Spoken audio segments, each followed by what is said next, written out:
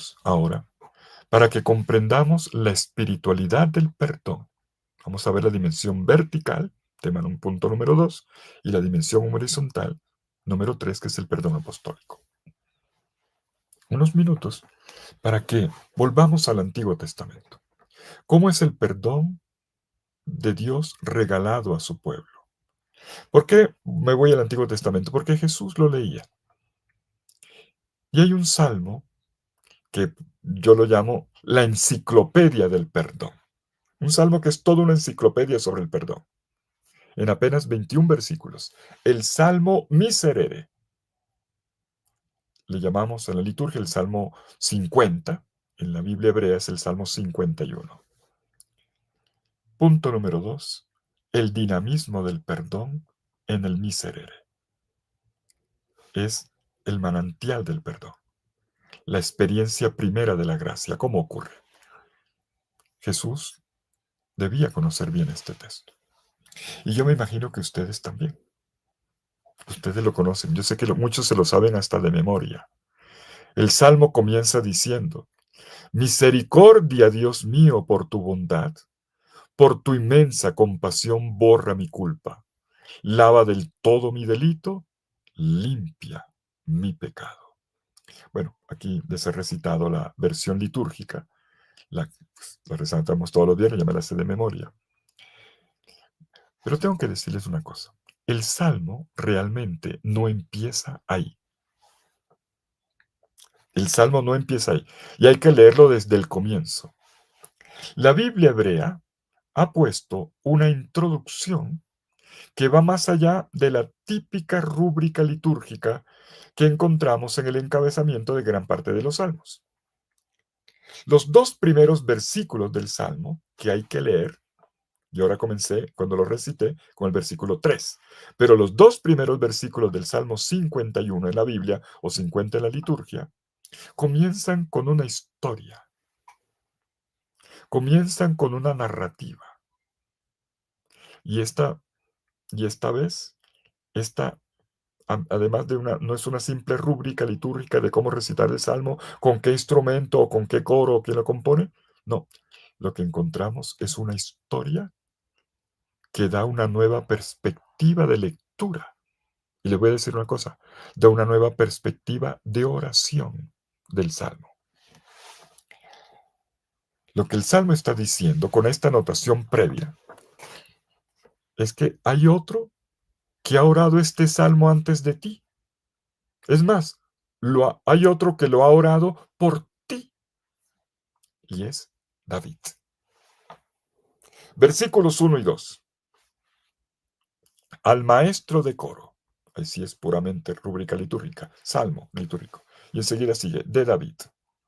Cuando vino a él, miren bien, cuando vino a él el profeta Natán, un profeta es un hombre de la palabra, cuando vino a su casa la palabra de Dios. Cuando vino a él el profeta Natán, después que aquel se había llegado a Betsabé. No me pregunten por de haber llegado, ¿eh? Se había llegado a Betsabé. Comienza diciendo de David.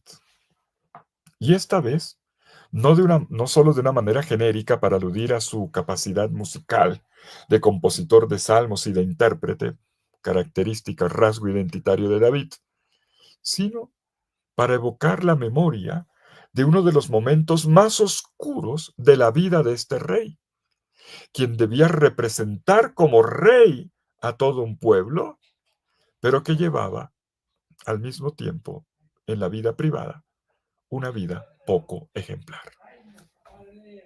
A los ojos de todo el mundo era un santo, pero por dentro era tremendo. Y entonces se recuerda que en aquel episodio, estamos en el segundo libro de Samuel, en el capítulo 11, primeros 7 versículos, el día que el profeta Natán llegó al palacio del rey y lo confrontó su pecado. ¿Cómo lo confrontó?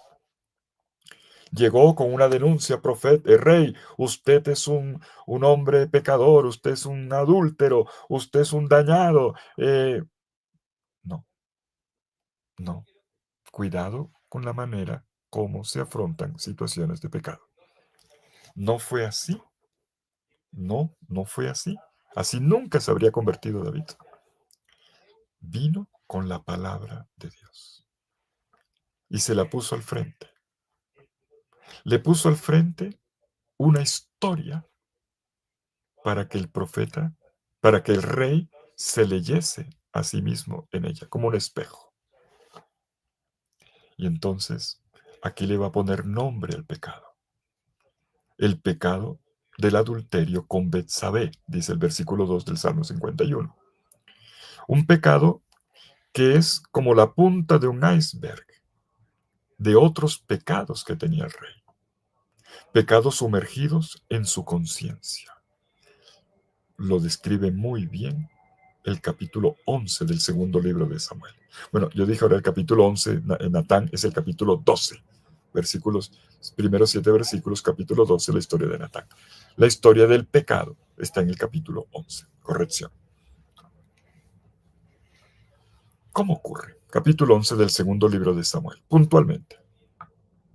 Todo empieza con una mirada.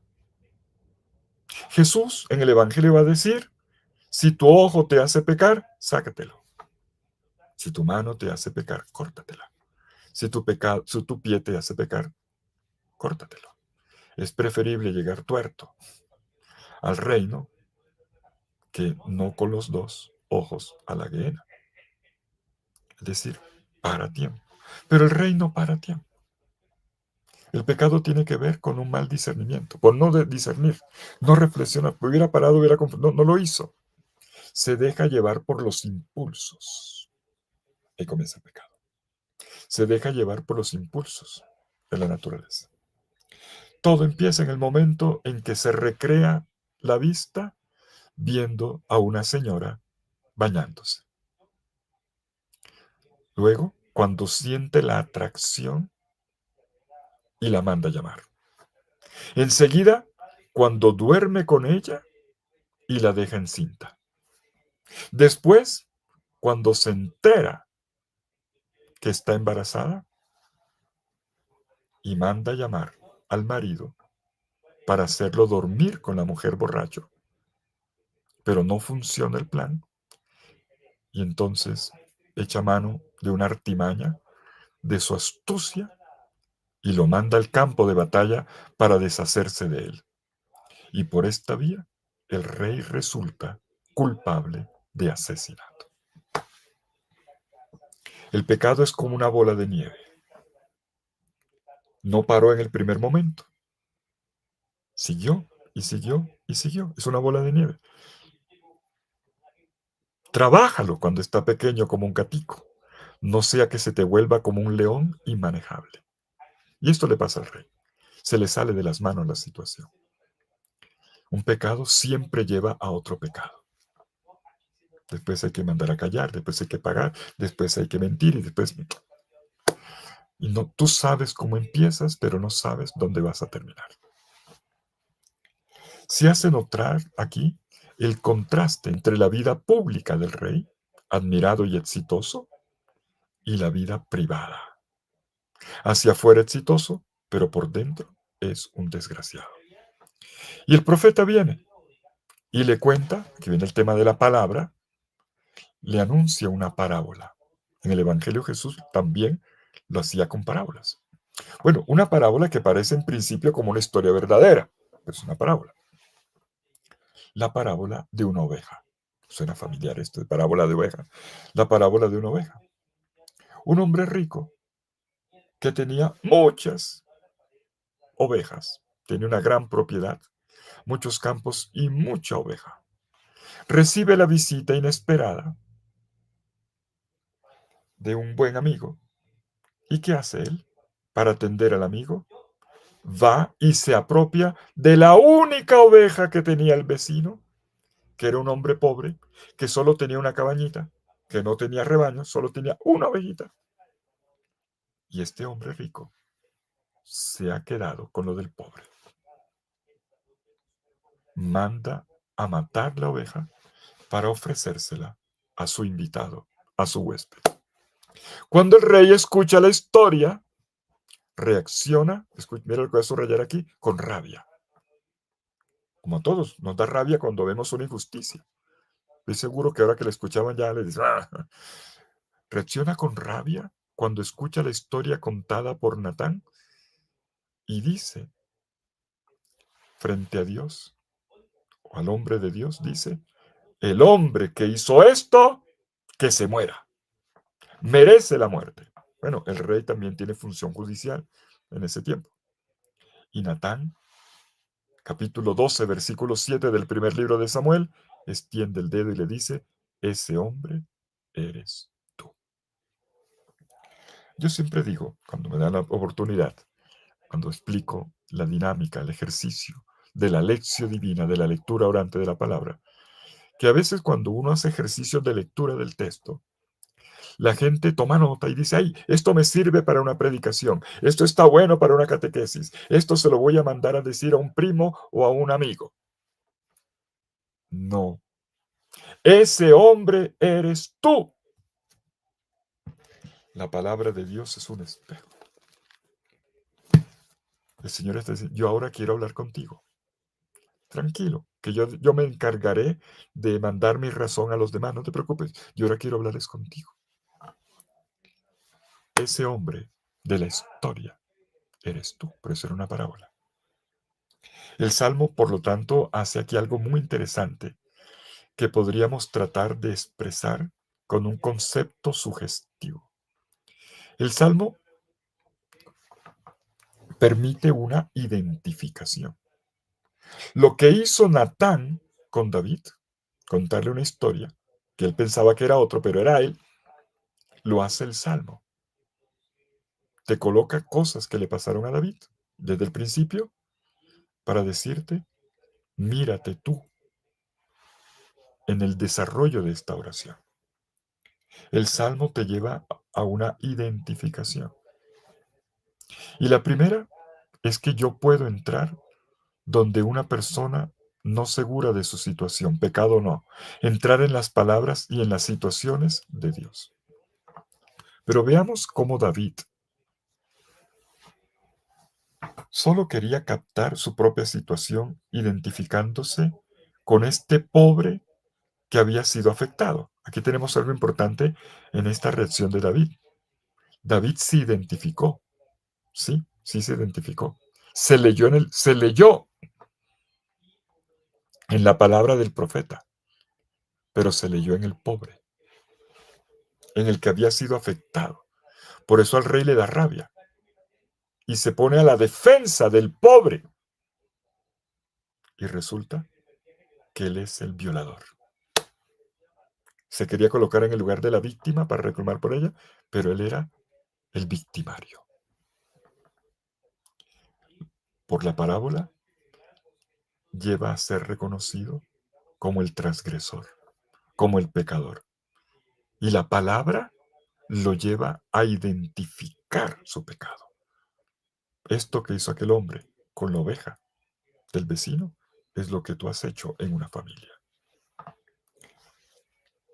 El camino del pecado, la vía iniquitatis, como se dice en latín, se hace posible gracias a este proceso de identificación por medio de la palabra.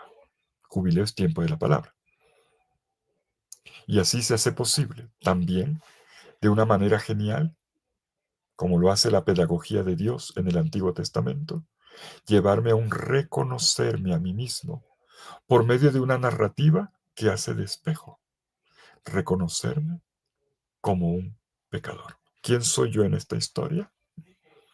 ¿Soy el pobre víctima o era yo el rico victimario? Veamos ahora el camino. Y la primera anotación que he hecho sobre el Salmo Miserere, porque es el gran salmo del jubileo, ella era importante, muy importante.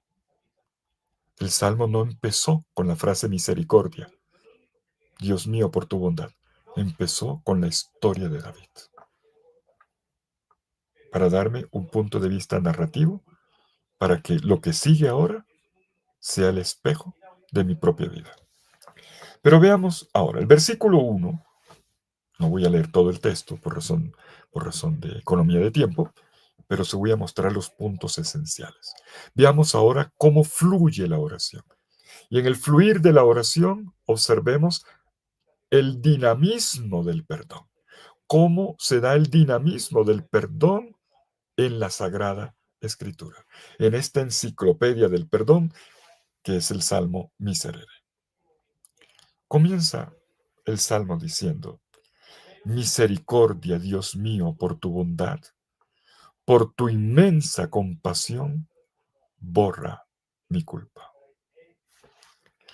Detengámonos un momento en algunas de las palabras que nos ayudan a entender mejor este recorrido. Ya hemos visto que no se trata solamente de la identificación, yo como David, yo pecador, sino que vamos a ver algo más. Ante todo, lo que nos dice ahora la primera palabra del Salmo: Dios. ¿Cómo entra Dios en mi historia? Y la primera palabra del Salmo es Hinne, Hinneni, Hinneni Elohim. Así comienza el Salmo en hebreo. Piedad de mí, que en latín ha sido traducido como miserere, pero el texto hebreo Hinneni quiere decir más bien piedad. Piedad, el término hebreo es, en hebreo se dice Hanan, Hanan de donde vienen los nombres Ana o Juan. Hanan significa tener gracia, conceder gracia, gracia concedida y también gracia recibida. Tener gracia es la primera palabra de este salmo. Ten gracia conmigo, haz una gracia conmigo, o sea, un favor conmigo. Hanan es también, es la actitud de generosidad. ¿Qué es esta gracia? Es la actitud de generosidad, de benevolencia, de una persona que está en un plano superior con alguien que está en condición inferior. Es decir, hacerle un favor, favorecerla, inclinarse ante ella. Enseguida, miren cómo empieza con esto, tú te inclinas ante mí. Dios se inclina ante mí. Antes de que yo me ponga de rodillas para pedir perdón, es Dios el que se inclina ante mí. Enseguida viene otro término, segundo término, Hesed en hebreo. Hineni Elohim quejas dejo en hebreo. Hesed es el amor gratuito, como se vive en una familia. Es un amor espontáneo, con mis hermanos, con mis papás, es un amor que se da, es gratuito. No tienes que comprarlo o pagarlo, no. El gran espacio de la gratuidad es la familia, o como se da entre los enamorados, entre los amantes. Es un amor espontáneo, gratuito. No es comprado, el amor ni se compra ni se vende, si lo compra ya no es amor, se seduce. Hesed, el amor cariño, que es el amor de la gratuidad. Y viene una tercera palabra, en hebreo, rahamim. Por tu inmenso rahamim, acaba con mi transgresión, dice el texto. Rahamim es el plural del hebreo rehem, que significa vientre materno. Rehem, vientre materno. En plural, rahamim expresa el misterio de la maternidad. O sea, el vínculo más profundo que puede darse entre dos seres humanos, la madre y el bebé en gestación en su vientre. La comunión más profunda. Quiere decir, Dios me lleva dentro de él como una mamá lleva al hijo de sus entrañas cuando lo está gestando. Es más, debajo de su corazón. Dios no me ha expulsado con mi pecado. Lo terrible es cuando a veces pasa en las discusiones de, de pareja, ¿no? Desde que yo me enteré de esto, te me saliste del corazón. Mire, Dios nunca nos expulsa del corazón. Y por eso duele tanto a Dios. Estamos ahí, somos nosotros los que nos vamos, pero Dios nunca nos ha echado. La conversión es un volver allí de donde nunca fuimos sacados. Es volver a un amor que nunca se acabó. El nuestro sí, pero el de Dios no. Nunca dejó de amarnos, nunca. Nunca nos retiró la confianza ni el valor que teníamos ante Él. Y esta es la tercera expresión. Primero piedad, la segunda cariño y la tercera rahamín, que es la típica expresión de misericordia. Pero los tres términos significan misericordia. En español, esta tercera palabra, por tu inmensa compasión. Pero yo seguiría aquí a un traductor de la Biblia, un francés, André Chouraqui, quien traduce así: según la multiplicidad de tus matrices, limpia mis carencias. ¡Wow! ¡Qué traducción! Bueno, esta enciclopedia de la teología del perdón y del pecado, que es el Salmo 51, técnicamente se diría hoy en la teología una amartología también, primero del pecado, la amartología, también del perdón, nos entrega toda una gama de matices sobre cómo acontece la realidad del mal, pero sobre todo y ante todo, cómo se vuelca sobre nosotros con tres términos: la bondad de Dios, la misericordia de Dios. Y la prioridad no está en el pecado. El primer paso no es el pecado. Ojo con el dinamismo del perdón jubilar. No comienza con el examen de conciencia. No, comienza con la toma de conciencia de un amor primero, de esta piedad, de este gesed, cariño, de esta misericordia de madre, de este amor de madre que nunca me expulsó y que siempre me ha tenido vinculado a ella, a pesar de todo, o a él a pesar de todo. Primero es el amor de Dios que mi pecado. ¿Se acuerdan del punto número 1, lo que vimos con Zaqueo? Primero fue el amor de Jesús por Zaqueo, y de ahí vino el perdón. Espontáneamente, libremente, generosamente, intuitivamente. Primero fue el perdón de aquel servidor, pero él no lo transmitió, pero tenía que haberlo dado. Ahí se cortó. Pero también fue primero la generosidad de aquel administrador que esperaba que después tuvieran con él. Dio, perdonando. El Salmo va en la misma lógica. Y lo mismo que el Dios del Éxodo había hecho con su pueblo. Primero fue la obra de Dios. Esto se llama la gracia. Dios es primero que mi pecado. Y es el amor de Dios el que me atrae, el que me impulsa, el que me atrae dulcemente hacia Él. Ese es el camino, ese es el dinamismo fundamental del perdón. Antes de hacer la lista de mis pecados, primero tomo conciencia de cuánto he sido amado.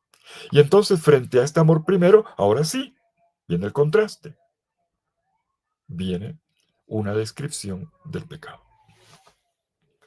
Esta es una manera de decir, escuchen bien, soy lo que soy por una experiencia de tu misericordia. Tú me has regalado una serie de manifestaciones de tu misericordia porque has actuado como un Dios liberador y salvador frente a tu pueblo, y ahora lo haces conmigo.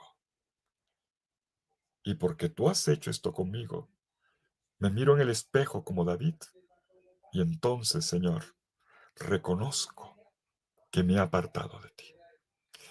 Frente a tu grandeza, descubro mi pequeñez. Frente a tu santidad, descubro mi pecado. Frente a tu inmenso amor, descubro mi mediocridad. Lava del todo mi delito, limpia mi pecado. Versículo 2. Literalmente yo traduciría: lávame por completo de mi culpa, de mi pecado, hazme puro. Y aquí tenemos una terminología del mal, otra vez tres términos. Si el amor de Dios apareció en tres términos, mi pecado aparece también en tres. Me lo revela, me lo desvela, para que yo salga de él. Primero dice delito, en hebreo peshá. y que se debería traducir como infracción, transgresión. Hay una dimensión jurídica en el pecado. Había una norma, una ley que yo transgredí. El pecado no es virtual, es objetivo. Había una norma que Dios me pedía y yo no lo cumplí. Eso se llama pesha en hebreo. Yo he incumplido, yo he transgredido lo que tú me pedías hacer. Un término jurídico. Una ley que no ha sido cumplida o que ha sido transgredida. Me he saltado el orden establecido por parte tuya, pero con tu colaboración volveré al camino. El segundo término es culpa, el término propio del jubileo. En hebreo se dice avón. En la lógica de Israel, cuando hago algo malo, no queda solamente una acción, sino que estoy produciendo todo un contexto del mal contra el cual Dios debe actuar. Si no, estaríamos perdidos en el mal. Un mal siempre desata otro mal. Todo mal deja un daño. Si yo digo una mentira, no solamente el pecado fue una mentira, transgredí, sino que además hay una culpa. Es decir, yo he hecho un daño, porque esa mentira seguramente afectó a alguien. Es más, a mí mismo, porque la próxima ya no me van a creer. Tercer término, pecado, atá, atá. Es el término tal vez más importante. Significa desacierto, equivocación, no dar en el punto, fallar en la finalidad. Pero aquí tiene la connotación ya de una situación. Es aquello que en mí está inmaduro, aquello que en mí está torcido, aquello que en mí no funciona y que necesita ser restaurado desde la raíz. Para terminar esta lectura del Salmo, permítame subrayar, ahora en el desarrollo, este es el manantial, el amor de Dios que me hace mirarme ahora, mirándome en Él, yo descubro mi pecado. Como un delito, como una culpa y luego como una situación de pecado. No solamente cosas que hago, es que hay cosas que ya son habituales. Hay cosas que en mí ya se volvieron costumbre y que tengo que superar. Pues hay 4 frases en este salmo que hacen el clic, la conexión jubilar. No puedo leer el salmo con todos los detalles, cuánto me gustaría. Yo los invito a leer el texto completo. Por mi parte, 4 frases que dan el matiz jubilar de este salmo y que tienen que ver mucho con Jesús. 1. Tenemos aquí una dimensión, una perspectiva de alegría que es muy importante. Exultarán los huesos que machacaste tú. Miremos, el texto lo tienes a la mano. Aquí tenemos un verbo de júbilo.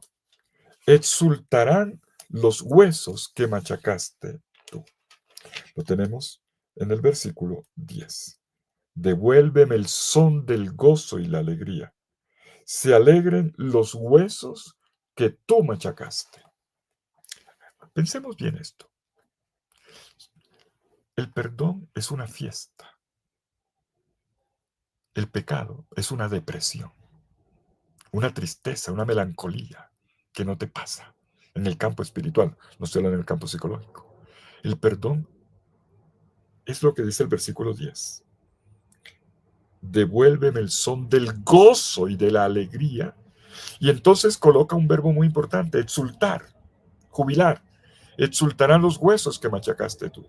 Como la experiencia de Israel con los huesos secos, con los huesos de muertos. Lo que ha pasado en mi pecado es como entrar en un cementerio. El perdón es salir de un contexto del mal. ¿Cómo se sale del pecado? ¿Cómo ocurre el perdón? Mediante una deconstrucción. Por eso dice machacar los huesos. Es un deconstruir, casi que un morir, para resucitar, para recrear. Romper todo, machacar, para rehacerlo en las manos de Dios. Como David, Señor, me has quebrantado para permitir así una nueva creación.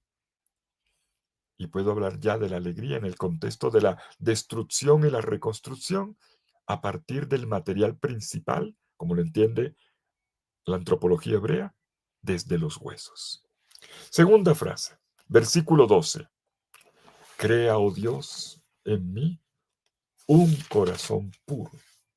Renuévame en mi interior, en mi corazón, por dentro, con un espíritu firme. Segundo término importante. Segunda frase. Crear. Crear es la palabra clave. El corazón puro, aquí, es una transparencia de la persona. Y también el reconocimiento de la pobreza que todos tenemos. Cuando le decimos a Dios, yo todo te lo debo a ti, Señor. Yo dependo de ti. Y tú eres un Dios que puede cambiarlo todo. Más aún, puede hacer cosas donde antes no había nada. Crea en mí. Eres tan creativo, Señor, que no dependes de la materia prima puesta entre tus manos. No importa el punto al que haya llegado. Tu creación me hará nuevo. Y esto lo hace por medio del Espíritu. Esto es una obra del Espíritu. Renuévame por dentro con espíritu firme. Como en la primera creación, la ruaj, el soplo de Dios, entra en nuestra dimensión adámica, que es nuestra vulnerabilidad, nuestra fragilidad, pero que insuflada por el aliento de Dios, se convierte, hace que nuestra vida se convierta en una obra maestra divina. Y aquí estamos ante un punto clave de la espiritualidad israelita. La creaturalidad. La creaturalidad. ¿Qué es la creaturalidad? El reconocer que soy lo que soy gracias a un creador, que yo no me doy la vida, sino que es dada. Por lo tanto, no me puedo dar el perdón a mí mismo, otro me lo da. No me puedo restaurar todo a mí mismo. Esto no es autoperfección. No, no. Esto no es productividad. No, no. Esto es una obra de Dios. Un ponerme en las manos del Creador. Mi vida está sostenida siempre en sus manos, como lo ha estado desde el primer instante de mi existencia. Lo está ahora, cuando más lo necesito, cuando he caído en el pecado y necesito renacer. Y ese es el sentido primero de la pobreza de espíritu que experimenta una persona que se reconoce pecadora. La creatividad de Dios obra en nuestra transparencia. Su poder fluye en nosotros constantemente y es capaz de renovarnos a fondo. Tercero, cantará mi lengua tu justicia. Versículo 11. No, 11 no. Versículo 16. Y cantará mi lengua tu justicia. Tenemos otra expresión de fiesta, de alegría, cantar. Pero dice que se canta la justicia. ¿Cómo se puede hablar de justicia cuando se ha dicho, perdóname, ten piedad, muestra tu misericordia? No podemos pensar que Israel se valga de un concepto de justicia equivalente, escuchen bien lo que voy a decir, al cálculo que hace equilibrio de cuentas o ajuste de cuentas y que convierte a Dios en un financiero que solo arregla cuentas, que reclama deudas y que reacciona ante todo lo que ve para ponerle una calificación. Aquí estamos ante otra connotación de la justicia en la Biblia y de la cual también se habla poco. La creatividad de Dios es, ante todo, esta justicia que podemos llamar activa, también causativa, que no es la justicia que cobra, no es la justicia del cobrador, del chepito, el que reclama lo que se le debe, es la justicia que recupera a la persona, que sana la situación, que restaura. Es la justicia que no se dedica a castigar, sino a recuperar. Es la justicia que hace de un delincuente una persona de bien, de un pecador un santo, o sea, un justo. Eso es un santo. Y este es precisamente el concepto que en el Nuevo Testamento Pablo de Tarso, Pablo, rescata cuando predica a Jesucristo, cuando predica la obra salvífica de Jesús y dice que en su sangre derramada sacrificialmente por amor en la cruz, hemos sido justificados. Justificados significa hechos justos. Si yo digo aquí en la calle, en español, justificado, la gente se imagina otra cosa, ¿no? No, aquí justificado es hacer justo, llegar a ser santo. Es la obra de la santificación, mediante una restauración, no por mi logro personal, no por mis méritos, ni por mis devociones, ni por mi disciplina personal, que la debo tener también, pero no por eso, sino porque Dios me recreó. La justicia de Dios manifiesta la magnificencia de su realeza, de su grandeza de rey, de su santidad divina. Y la santidad y la justicia van de la mano en Dios cuando se inclina ante su criatura, esta criatura que se expone en su debilidad y Dios la levanta. Cuarto, último punto. Al final, este salmo visualiza el itinerario del perdón en su punto más alto. Versículo final, o antes del final, versículo 20. Sé benévolo y favorece a Sión, reconstruye las murallas de Jerusalén. Cuarto término, reconstruye. El perdón es una reconstrucción. Ya lo vimos en la creación, crea en mí un corazón puro, desde dentro. Ahora habla de una reconstrucción que indica una pluralidad, que indica una dinámica social, comunitaria. Se trata de la reconstrucción de Jerusalén, cuya ciudad o las murallas, el cinto amurallado, le daba identidad a una ciudad en el mundo antiguo. La ciudad está en ruinas, ahora vamos a reconstruirla. Con mi pecado, no solamente me hice un daño a mí mismo o a alguien más, el pecado de uno destruye la comunidad. Hay una dimensión comunitaria en el pecado y también en el perdón. El pecado no es solamente un asunto personal, no.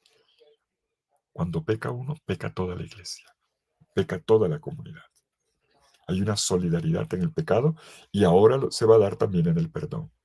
¿Por qué se habla de Jerusalén? Porque Jerusalén es la ciudad ideal, ejemplar, el modelo de la ciudad que Dios quiere, el diseño arquitectónico del tejido social sólido, tal como Dios lo quiere. Jerusalén está fundada como ciudad bien compacta, dice el Salmo 122, y es la imagen de una humanidad que florece. Y se hace tal por medio de este perdón, de esta creatividad en la cual podemos participar como constructores de la ciudad, o sea, de la comunidad. Es más, ya que este salmo es atribuido a David, quiere decir que el orante también se puede constituir en rey de una sociedad que llega a ser verdaderamente humana, en el sentido último que hemos referido, o sea, en el reflejar la manera de ser del Dios de la alianza. Como bien decía un inolvidable profesor, muy querido, el padre Gustavo Baena, jesuita, una comunidad, pueblo de Dios, que viva Dios mente. Eso es muy del padre Baena. Dios mente. Y los cristianos diremos, vivir Jesús mente. Pues bien, la intimidad de esta oración se convierte de repente en una oración de proyección social. Jubileo. Comenzó conmigo y ahora yo lo hago con los demás. Construyo la ciudad. Reconstruyo la ciudad desbaratada. Eso se llama jubileo. Y esta es la dimensión jubilar del perdón. La creación de la ciudad nueva tiene su fuerza en la dinámica del perdón. Un perdón que procede en dos movimientos, uno vertical, obrado por Dios en su criatura, y otro horizontal, que es la prolongación de ese perdón cuando se transforma en una serie de gestos concretos que edifican la comunidad, una comunidad en la que se respira la presencia y el gozo de Dios. Como lo delinea muy bien este salmo, el perdón primero es un don personal que luego se convierte en justicia y santidad horizontal que impregna todo de la gracia y de la bendición de Dios.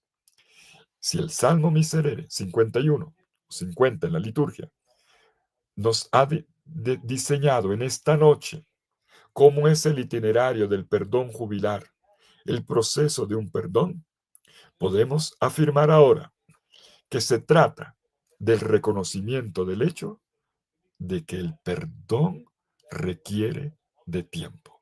Perdone, no puedo terminar sin insistir en esto. El perdón requiere de tiempo.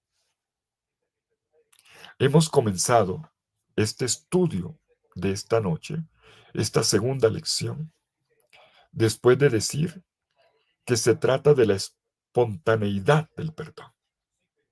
El perdón no se puede forzar,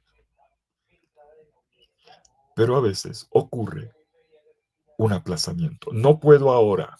Yo quiero perdonar, pero ahora no puedo. Sucede, ¿verdad? Y con el Salmo podemos decir, es un proceso que requiere de tiempo, de paciencia, de un volver a escuchar a Dios y también de una nueva oración. En el espíritu del Nuevo Testamento a veces decimos que la rabia es algo que no tiene lugar en la espiritualidad cristiana. Pero yo no estoy de acuerdo. Digo, en el espíritu del Nuevo Testamento, algunas lecturas que algunos hacen. Porque en el Evangelio podemos ver que Jesús también sintió rabia en algunas ocasiones. Era raro, pero lo hizo. Por ejemplo, frente al leproso del capítulo 1 de Marcos. Algunas traducciones dicen sintió compasión. No, el texto original dice sintió indignación por lo que hacían con este leproso. Cuando los fariseos en el capítulo 8 de Marcos le piden un milagro, Jesús hace esto. Respira profundamente y se va. Le dio rabia. Y yo no me imagino a Jesús expulsando a los vendedores del templo muerto de la risa. Es claro que estaba indignado. Una indignación que también siente con sus discípulos cuando apartan a los niños o cuando discuten entre ellos sobre puestos o cuotas de poder en la comunidad. David entendió muy bien su propia situación solo cuando se enfureció, cuando le dio rabia con aquel rico que habría abusado con brutalidad del pobre, al que le arrebató la única ovejita que poseía. Y esta rabia fue el camino de un perdón, de una toma de conciencia y de un perdón. Cuando dieron la red, tiene que ser contigo. Pero atención, miren lo que voy a decir ahora. No toda rabia es violenta o destructiva. Hay un tipo de rabia que podríamos llamar heurística. Este es un término técnico. Heurística. El término heurístico viene del griego, viene eureka, que es descubrir. Lo hallé, descubrí. Es decir, una rabia que ayuda a descubrir, a encontrar, como le pasó a David. La rabia lo llevó a descubrir dónde estaba el problema. Por tanto, cuando se atraviesa una fase de rabia, se puede llegar a descubrir una verdad o generar algo positivo. Es claro que es un dolor, pero no un dolor cerrado en sí mismo, sino que dilata más el corazón para hacer algo constructivo que supere y que rehaga la situación negativa. Y les digo más, de este tipo es la ira de Dios, la llamada ira de Dios en la Biblia, y que aparece en textos proféticos, sobre todo los más tardíos. No es el tipo de rabia que mucha gente se imagina.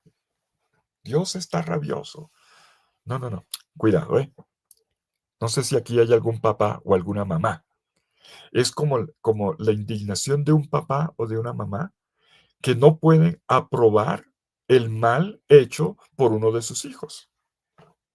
Por mucho que lo quiera, se indigna, pero no por eso deja de quererlo. Es más, esto moviliza nuevas energías, no para acabar con él o para echarlo de la casa, sino para reeducarlo. Esto es Dios. Y en ese sentido la ira de Dios está asociada, esto no lo olvidemos, a la justicia de Dios. Un Dios que reprueba la injusticia humana. Dios no puede estar contento con eso. Pero un Dios que también en su indignación le tiende la mano al que ha sido injusticiado. no puede aceptar tampoco esa situación de injusticia, que permanezca ahí. Por eso, ante la ira de Dios, tiemblan los malvados impenitentes, pero se alegran los que han sido las víctimas, porque serán reivindicadas y restauradas. Y otro punto más para tener en cuenta. David tuvo que ir donde otro hombre para poder entenderse a sí mismo. En el dinamismo del perdón cabe también este movimiento de búsqueda de otro, de salida. Para el perdón necesitas de otro. No es yo conmigo mismo. Necesitas de otro. Y por eso entenderemos mejor lo que es el perdón apostólico, como mandato del Señor a la iglesia. Pero aquí me refiero sobre todo a un salir de mí mismo para recibir verdaderamente esto que me ayuda a dar el siguiente paso. Podemos decir que nuestra vida es una vida extra nos.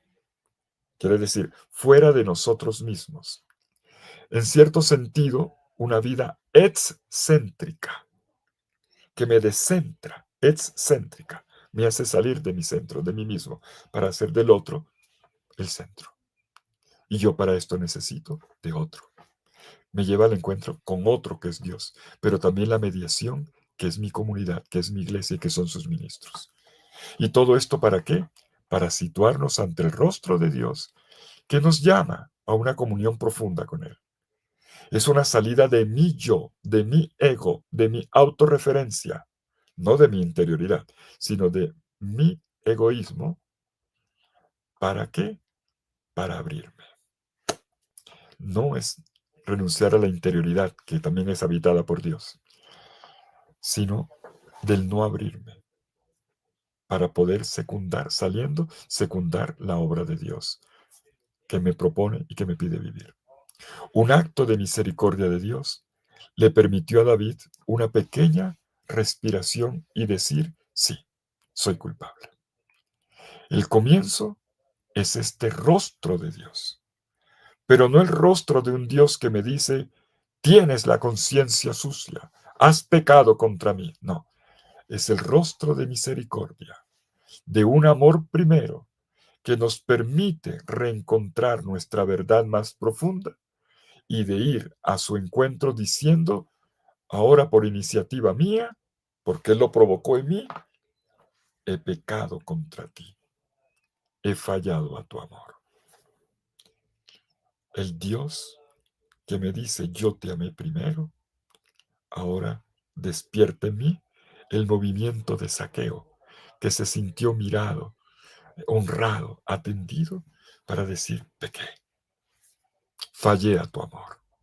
Comienzo ahora un nuevo camino que me llevará a exultar y que me llevará a vivir en la justicia, que me permitirá dejarme recrear en tus santas manos y que me hará sujeto constructor con tus manos, secundando a tus manos de mi propia vida, de la vida de mis hermanos y de mi comunidad. Termino simplemente recordando, quería explicar hoy un poquito más la lógica del jubileo en el Padre Nuestro, pero ya es suficiente por hoy. Termino con el júbilo. Por algo recordé esta dinámica de Yobel, de jubileo, perdón, liberación y finalmente júbilo. En el versículo 10 del Salmo 51, conclusión, leímos, exultarán los huesos. Hay una demolición, una deconstrucción y una reconstrucción. Exultarán. Exulten, cantamos en la noche de la vigilia pascual. Y la exultación debe plasmar toda nuestra vida de Pascua. El gozo pascual es el espíritu en el que hay que vivir toda la realidad, todas las realidades. Es así como vive un cristiano. El texto griego para decir exultar, aquí en el Salmo 51, es gil, que significa dar saltos de entusiasmo, como un niño feliz cuando le traen un regalo, un juguete, o cuando ve a la abuela, o como un adulto cuando una sorpresa llena de luz su corazón. Es la alegría de quien salta, y de quien salta desacomodándose para danzar y festejar, de quien ha recibido este mensaje y ha vivido la experiencia de esta liberación interior que le permite soltarse, danzar, suéltate, entrando ahora en la danza de la vida nueva de la mano con Jesús. Y esto es lo que ocurre con quien vive la vida nueva en la Pascua de Jesús, expresión plena del jubileo. Que este año jubilar nos haga todos saltar de gozo, soltar nuestras vidas, liberar y danzar en el coro de la comunidad. Muchas gracias.